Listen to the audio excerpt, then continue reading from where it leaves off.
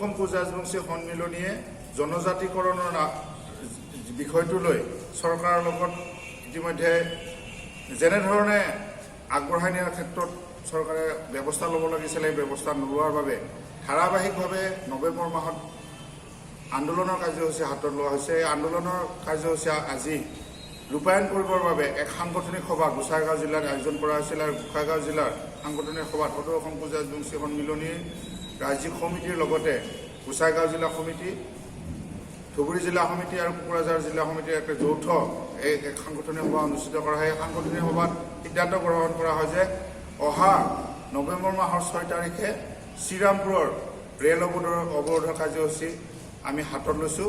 তাৰ উপৰিও 14 নৱেম্বৰত আমি ধেমাজি জিলাত ৰেল অৱৰোধৰ কাৰ্যসূচী লৈছোঁ আৰু 17 নৱেম্বৰত আমি শিমলুগুৰি নাজিৰাত ৰেল অৱৰোধৰ কাৰ্যসূচী হাতত লৈছোঁ। তাৰ উপৰিও আমি দিল্লীৰ যন্তৰ মন্তৰত ধৰ্ণা কাৰ্যসূচী 25 নৱেম্বৰত লৈছোঁ।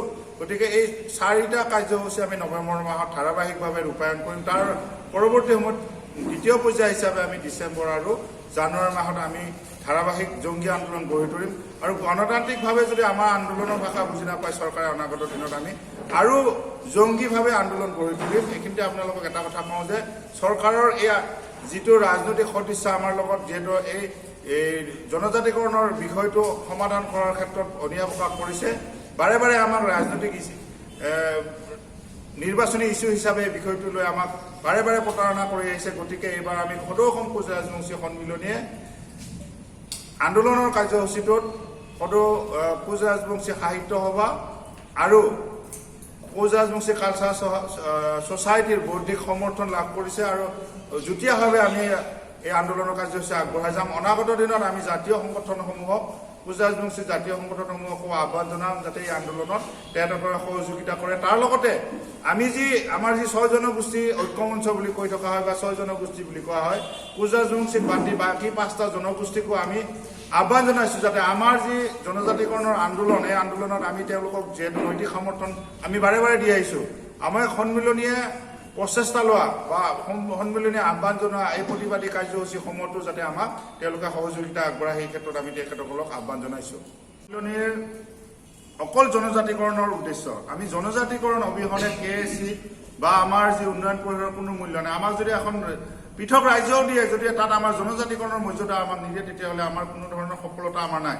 আমাৰ একমাত্ৰ উদ্দেশ্য আমাক জনজাতিকৰণ দিয়ক, তাৰপিছত চৰকাৰে আমাক যেনেধৰণে সা সুবিধা দিব বিচাৰিছে পিছত দিয়ক, KSC দিয়ক বা KSC আৰু যদি কিবা উচ্চ ক্ষমতা কৰি কিবা আমাক পৰিষদ দিয়ে আমাক চৰকাৰে দি থাকক, কিন্তু আমাৰ উদ্দেশ্যটো হ'ল আমাৰ ন্যায্য প্ৰাপ্য অধিকাৰটো হ'ল জনজাতিকৰণ। কাৰণ কোচ ৰাজবংশী জনগোষ্ঠী এবাৰ কিছুদিনৰ বাবে হ'লেও অধ্যাদেশ যুগে জনজাতিকৰণৰ মৰ্যাদা পাই থকা এটা জনগোষ্ঠী। এই জনগোষ্ঠীটোক কোনো কাৰণতে চৰকাৰে আজি ৰাজ্যসভাত বিলখন থকাৰ পিছতো যদি কোচ ৰাজবংশী জনগোষ্ঠীক জনজাতিকৰণ নকৰে তাৰ কাৰণে অতি দুৰ্ভাগ্যজনক কথা। আৰু এই ক্ষেত্ৰত এটা কথা আমি স্পষ্ট কৰি দিওঁ যে কোচ ৰাজবংশী জনগোষ্ঠীক জনজাতিকৰণ দিয়াৰ ক্ষেত্ৰত কোনো কাৰো লগত আলোচনা বিলোচনা কৰাৰ প্ৰয়োজন নাই। আন্দোলনৰ সময়ত কেবখন যেতিয়া আনিছিল সমান্তৰালভাৱে আমাৰ জনজাতিকৰণৰ বিলখনো ৰাজ্যসভাত আনিছিল। সেই সময়ত কাক সুধি পিনে আনিছিল? কাকতো সুধি চৰকাৰে অনা নাই। চৰকাৰৰ প্ৰয়োজন আছিল নিজাববীয়াকৈ আনিছিল। গতিকে এতিয়া আমি চৰকাৰক বাধ্য কৰাম, প্ৰয়োজন হ'লে আমি আৰু জংগী আন্দোলন কৰিম। আমি চৰকাৰক বাধ্য কৰাম যাতে অনাগত দিনত ৰাজ্যসভা আৰু লোকসভাত বিলখন উত্থাপন কৰিবলৈ চৰকাৰ বাধ্য হয়। প্ৰথম পৰ্যায়ত আমি ৰেল অৱৰোধৰ দৰে এটা কাৰ্যসূচী গ্ৰহণ কৰিম। তাৰপিছত আমি দিল্লী যাত্ৰা কৰিম, যন্তৰ মন্তৰ ধৰ্ণা দিম। তাৰপিছতো যদি গণতান্ত্ৰিক ভাষা চৰকাৰে বুজি নাপায় পৰৱৰ্তী সময়ত আমি আৰু উগ্ৰভাৱে আন্দোলন কৰিম। আৰু আমি কোনো কাৰণত সদৌ অসম কোচ ৰাজবংশী সন্মিলনীয়ে জনজাতিকৰণৰ বিষয়টোক লৈ আপোচ নকৰে। আমি আলোচনা বিচৰা নাই, চৰকাৰৰ পৰা আমি বিষয়টো সমাধান বিচাৰিছোঁ।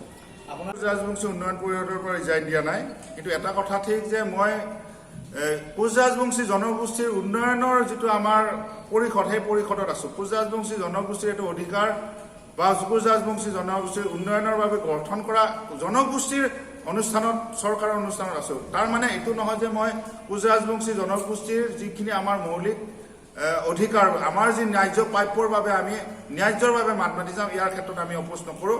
ডেভেলপমেণ্ট কাউন্সিলৰ অধ্যক্ষতা বুলিয়ে নহয়, ইয়াতকৈও যদি আমি কিবা আৰু ত্যাগ কৰিবলৈ লাগে অনাগত দিনত ত্যাগ কৰিবৰ কাৰণে সাজু আছোঁ।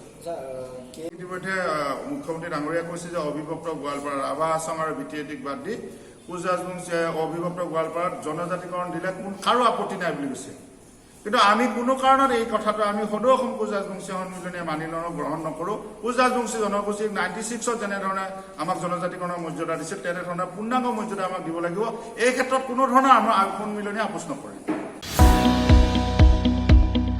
फुटबल अनसायगिरिफोरनि थाखाय गोजोनथाव खौरां फैगौ 9 अक्ट'बरनिफ्राय जागायगोन सेथि इन्टार-6 शेड्युल प्रिमियार लीग 2022 बिटिआर सरकारनि गेलेमु आरो लाइमोन अनसाय बिफाननि बानजायनायाव बे लीगनि मेचफोरा क'क्राझार चिरांनि बिजनी बाक्सानि मसलपुर आरो उदालगुरिनि डिमाकुसियाव खुंफुंजागोन सा-सानजा भारतनि 6थि फारिलाइयाव थानाय काउन्सिलफोरनि गेजेराव गेलेमु आरो लोगोआरि सोमोन्दोखौ गोख्रोङै लाखिनायनि थांखिजों बिटिआर सरकारा बे इन्टार-6 शेड्युल काउन्सिल प्रिमियार लीगखौ गिबि खेबनि थाखाय खुंनो सिगांदों बे लीगआव सा-सानजा भारतनि मोन10 काउन्सिलफोर फारियै Tripura tribal areas autonomous council Khasi hills district autonomous council Jaintia hills district autonomous council Garo hills district autonomous council Lai autonomous council Mara autonomous district council Chakma district autonomous council